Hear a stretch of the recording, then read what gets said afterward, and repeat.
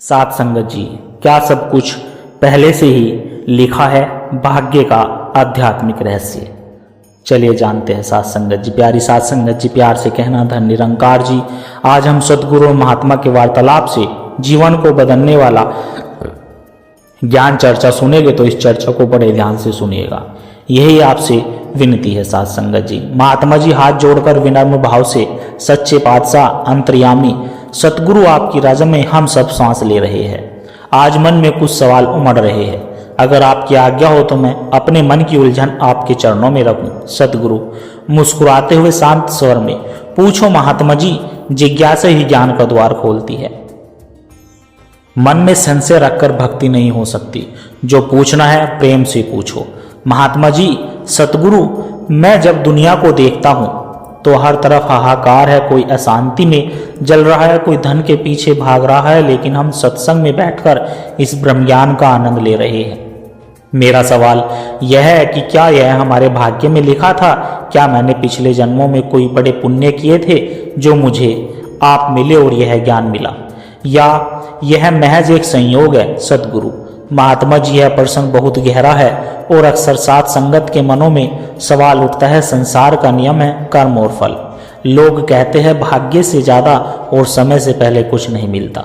यह बात शरीर और संसार के लिए बिल्कुल सही है। आपको धन कितना मिलेगा, शरीर स्वस्थ रहेगा या रोगी, मान मिलेगा या अपमान, यह प्रारब्ध है जो आपके पिछले कर्मों का हिसाब है। लेकिन ध्यान देना, सतगुरु का मिलन, ब्रह्म ज्ञान की प्राप्ति और सत्संग का अवसर, यह भाग्य के अधीन नहीं है, यह प्रारब्ध नहीं, यह केवल और केवल परम कृपा है। गोस्वामी तुलसीदास जी ने रामचरितमानस में स्पष्ट कहा है, बिनु हरि कृपा मिल नाही, न संत होई विवेक मोह ब्रह्म भंत। साथ संगत जी, अर्थात जब तक उस हरि की, इस निरंकार की विशेष रहमत नहीं होती, तब तक संत महापुरुष का संग नहीं मिलता। भाग्य की लकीरों वहां तक काम करती है जहां तक माया है। जहां से निरंकार की हद शुरू होती है वहां भाग्य नहीं, मेरी रहमत काम करती है। सतगुरु जी दातारी है। बात तो समझ आ गई कि यह आपकी रहमत है। यह मन में एक तर्क आता है कि भाग्य का कोई रोल नहीं है, तो फिर डाकू रत्नकार जैसे लोग, जिनके कर्म इतने बुरे थे, वह महर्षि वाल्मीकि कैसे बन गए? क्या उनको पाप आड़े नहीं आए? सतगुरु स्नेहपूर्ण दृष्टि से देखते हुए, यही तो इस ब्रह्म ज्ञान का चमत्कार है। महात्मा जी, अगर सब कुछ कर्मों और भाग्यों से ही मिलना होता है तो रत्नकार को नर्क के सिवा कुछ नहीं मिलता। लेकिन जिस पर नारद जैसे संत का संग मिला, कर्मों का सारा हिसाब किताब बदल गया। अवतारवाणी में भी शहंशाह जी समझाते हैं कि लोहा चाहे जंग लगा हो या साफ, जब वह पारस से छू जाता है तो सोना बन जाता है। पारस यह नहीं देखता कि लोहा कबाड़ खाने से आया है या तिजोरी से। वैसे ही जब सतगुरु मिलता है तो वह यह नहीं देखता कि जीव पापी है या पुण्यवान। वह तो अपनी नजरे कर्म डालता है और काक को हंस बना देता है। इसलिए अपने पुण्य का अहंकार कभी मत करना। यह सोचना कि सतगुरु ने मुझे नाचीज को चुन लिया है, यह उनकी रीझ है। धन्य और सच्चे पातशाह, मेरा अहंकार टूट रहा है। पर एक शंका और है, हम दुनिया में देखते हैं कि नौकरी पाने के लिए योग्यता चाहिए, डिग्री चाहिए, अनुभव चाहिए, तो क्या आप यानी सदगुरु कृपा करने से पहले हमारी योग्यता नहीं देखते? क्या आप यह नहीं देखते कि भक्त कितना पढ़ा लिखा है, या इसके पास कितना धन है, या इसने कितनी तपस्या की है? सतगुरु महात्मा जी, संसार के कानून और निरंकार के दरबार के कानून में जमीन आसमान का फर्क है। संसार में पहले योग्य बनना पड़ता है, फिर पद मिलता है। लेकिन यहाँ नियम उल्टा है। यहाँ तुम जैसे हो, मैले कुचले अवगुणों से भरे, बस मेरे चरणों में गिराओ। मैं यानी सतगुरु पात्रता नहीं देखता, और तो और तत्परता देखता है। साथ संगत जी, इसलिए गवाह है महात्मा जी, सबरी भिलानी के पास कोई यूनिवर्सिटी की डिग्री नहीं थी, केवट के पास कोई सा बैंक बैलेंस नहीं था, विदुर जी की पत्नी के पास कौन सा राजपाट था। लेकिन जब भगवान राम और कृष्ण आए तो उन्होंने महलों को छोड़कर इनके रूखे सूखे बेर और केले के छिलके स्वीकार किए। क्यों? क्योंकि उनके पास प्रेम और समर्पण था। शास्त्र कहते हैं, कर्तुम अकर्तुम अन्यथा कर्तुम, सतगुरु समर्थ है। वह अयोग्य को भी पल भर में योग्य बना सकता है। तुम्हें खुद को सुधार कर अब मेरे पास आने की जरूरत नहीं है। तुम मेरे पास आ जाओ, सुधर तुम अपने आप जाओगे। महात्मा जी भावुक होकर, सद्गुरु आपकी यह बातें मेरे हृदय को शीतलता दे रही है। यानी हमें केवल समर्पण करना है। लेकिन बाबा जी, एक कड़वा सच यह भी है कि सत्संग में हजारों लोग आते हैं, आपकी रहमत तो सब पर बरस रही है। जैसे सूरज सबको रोशनी देता है, फिर ऐसा क्यों कि कुछ महात्मा बहुत ऊंचाई छू लेते हैं, उनका जीवन बदल जाता है, और कुछ लोग सालों तक आने के बाद भी खाली रह जाते हैं, उनका बर्तन क्यों नहीं भरता? सतगुरु बहुत सुंदर प्रश्न है। इसका उत्तर विज्ञान यानी साइंस और ज्ञान दोनों में है। महात्मा जी, पानी का स्वभाव क्या है? वह हमेशा ऊंचे स्थान से नीचे की ओर बहता है। पहाड़ की चोटी पर बारिश का पानी नहीं टिकता, लेकिन जो नीचे खाई या गड्ढा होता है वह लबालब भर जाता है। ठीक इसी प्रकार कृपा भी वहीं ठहरती है जहां दीनता यानी ह्यूमैनिटी होती है, जहां निमानापन होता है। कबीर साहिब जी का बहुत अनमोल दोहा है, ऊंचे पानी ना टिके नीचे ही ठहराए, नीचे हुई सो भरी पिए ऊंचा प्यासा जाए। जो इंसान अहंकार में अपनी गर्दन अकड़ाकर खड़ा है, जो सोचता है कि मैं तो बहुत पुरानी सत्संगी हूँ, मैं बहुत ज्ञानी हूँ, या मैं सबसे ज़्यादा सेवा करता हूँ, महात्मा जी उसका बर्तन उल्टा रखा है। अब मूसलाधार बारिश भी हो जाए तो उल्टा घड़ा कभी भरता नहीं। वह बाहर से तो भीग जाता है पर अंदर से सूखा रह जाता है। महात्मा जी, हे दातार, इसका मतलब कमी आपके देने में नहीं, हमारे लेने में है। हम मैं से भरे इसलिए तू को जगह नहीं मिल रही है। सदगुरु बिल्कुल सत्य, जब तक मैं है तब तक हरि नहीं, और जब हरि प्रकट होता है वहां मैं नहीं टिकती। सदगुरु को रिझाने का, इस निरंकार को अपना बनाने का केवल एक ही मंत्र है, तू ही तू ही। जिस दिन भक्त यह मान लेता है कि मैं कुछ नहीं हूं, जो कुछ भी है तेरी दात है, उसी क्षण उसका खाली बर्तन भर जाता है। संत मूलक दास जी कहते हैं, अजगर करे ना चाकरी, पंछी करे ना काम, दास मलुका कह गए सबके दाता राम। इसका अर्थ यह नहीं कि कर्म नहीं करना है, इसका अर्थ है कर्म करते हुए कर्ता भाव यानी डुआरशिप का त्याग करना। सत्संग जी है मानना कि करने वाला और कराने वाला यह निरंकार है। तो महात्मा जी, अगर जीवन बदलना है तो अपनी अकल और चतुराई का त्याग करके भोले भाव से इस ज्ञान की गंगा में डुबकी लगाओ। जो चतुर बनकर किनारे पर बैठे रह जाएगा वो केवल लहरें गिनता रह जाएगा। मोती उसे नहीं मिलेंगे जो गहरा गोता लगाएगा। महात्मा जी गहरी सांस लेते हुए, सतगुरु आज आपने भाग्य का भ्रम तोड़ दिया और अहंकार की बीमारी का इलाज बता दिया। यानी मुझे अपनी अकल नहीं दौड़ानी, बस अपने हुक्म में अपनी रजा में नीचा होकर रहना है। हाँ महात्मा जी, यही भक्ति का पहला कदम है, लेकिन अभी यात्रा बाकी है। अभी तो हमने नींव की बात की है। महात्मा जी नतमस्तक होकर सच्चे बादशाह, अब एक व्यवहारिक प्रश्न है। हम गृहस्थ लोग हैं, हमें कैसा पता चले कि सदगुरु हम पर प्रसन्न है?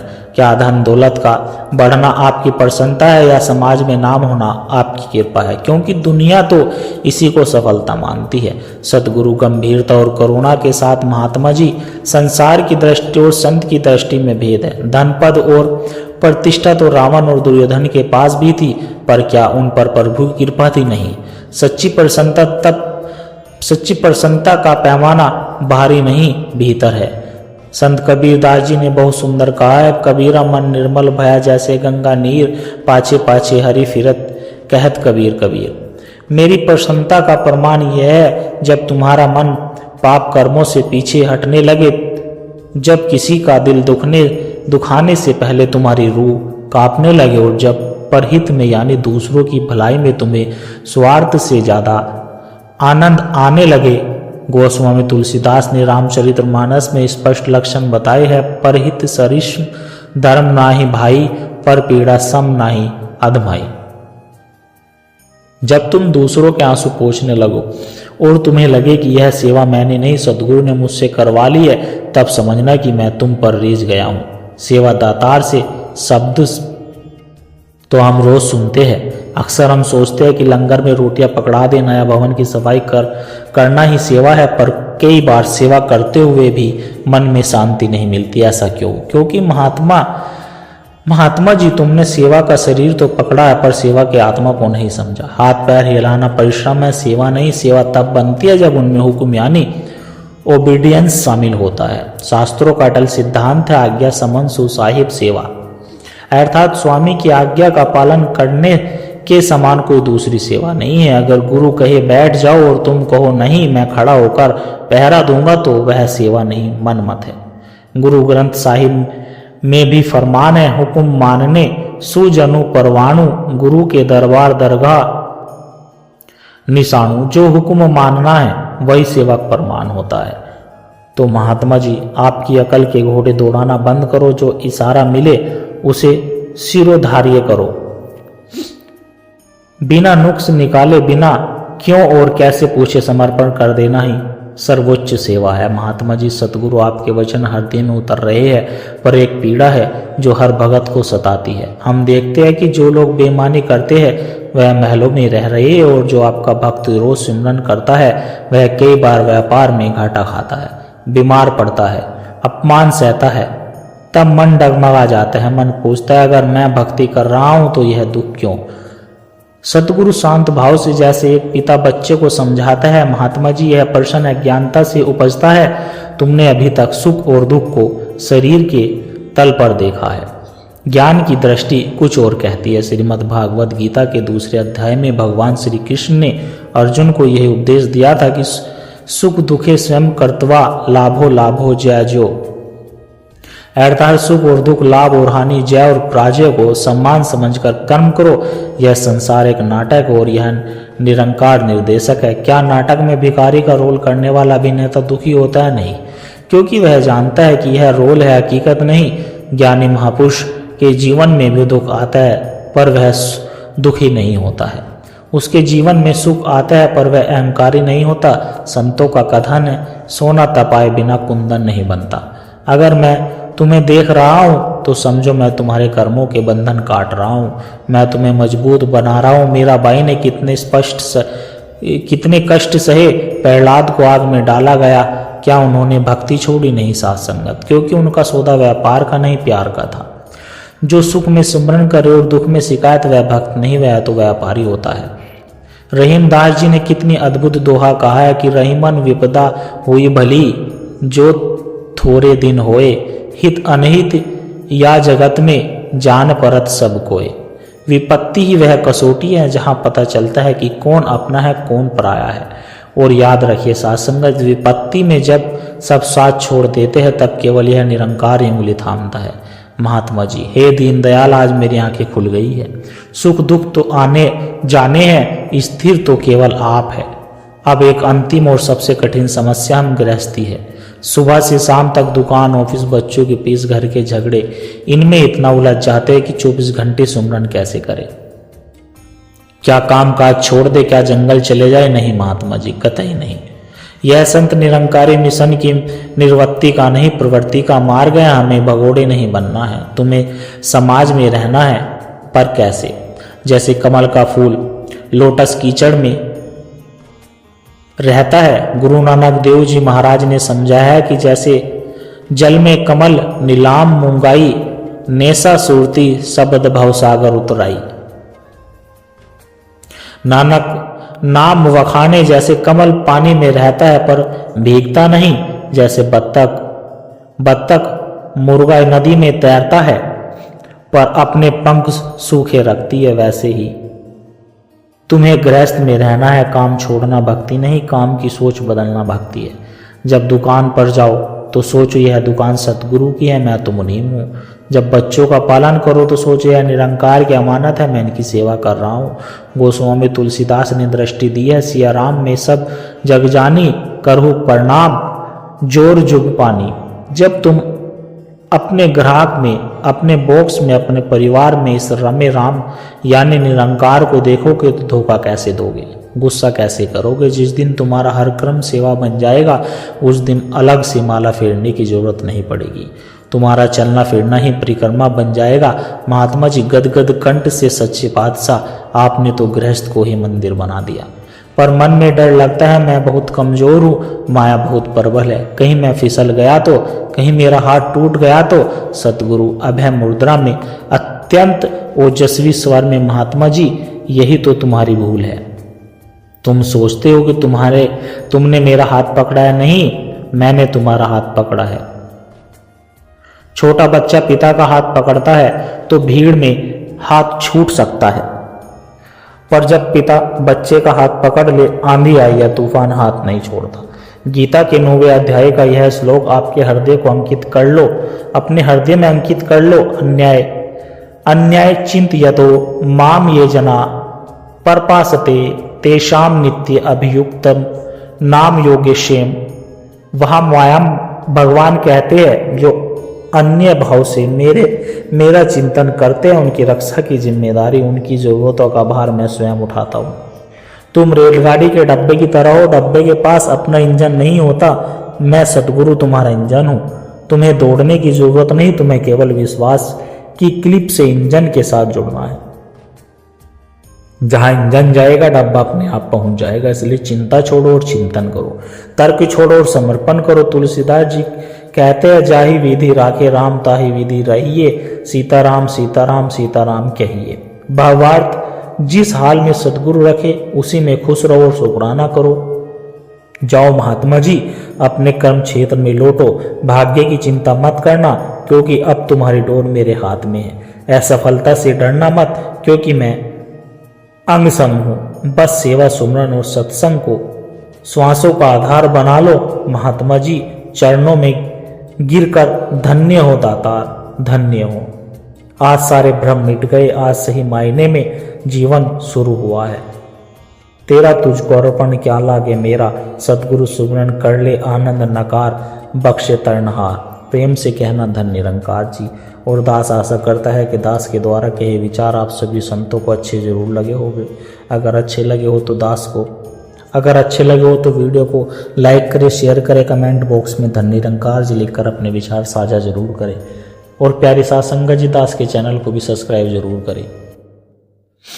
और प्यारे संतों, एक छोटी सी अरदास हो रहा है, अगर इन विचारों ने आपके दिल को छुआ है, अगर आपको इन विचारों से आत्मिक शांति का एक कण भी महसूस हुआ है, तो इस ज्ञान के प्रसाद को केवल अपने तक सीमित ना रखें, इस प्रेम के पैगाम को आगे औरों तक भी पहुंचाए। क्योंकि सात्संगत जी एक दिए से ही दूसरा दिया जलता है। जब हम इस सत्य की आवाज़ को रूह तक पहुंचाने का माध्यम बनते हैं, तो यह भी निरंकार की एक बहुत सुंदर सेवा ही होती है।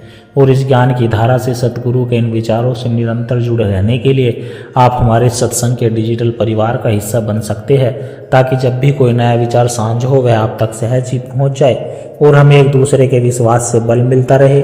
सतगुरु हम सबके छोटी छोटी सेवाएं स्वीकार करें और दास को भी आशीर्वाद दे कि दास आप जी के चरणों में हर रोज ऐसे ही नए नए प्रेरणादायक कहानी विचार लेकर आता रहे। साथ संगत जी प्यार से कहना धन निरंकार जी। साथ संगत जी एक अरदास हो रहा है, अगर समझाने में या कहने में दास से कोई त्रुटि हो गई हो तो दास को बच्चा जानकर क्षमा कर देना। साथ संगत जी प्यार से कहना धन निरंकार जी।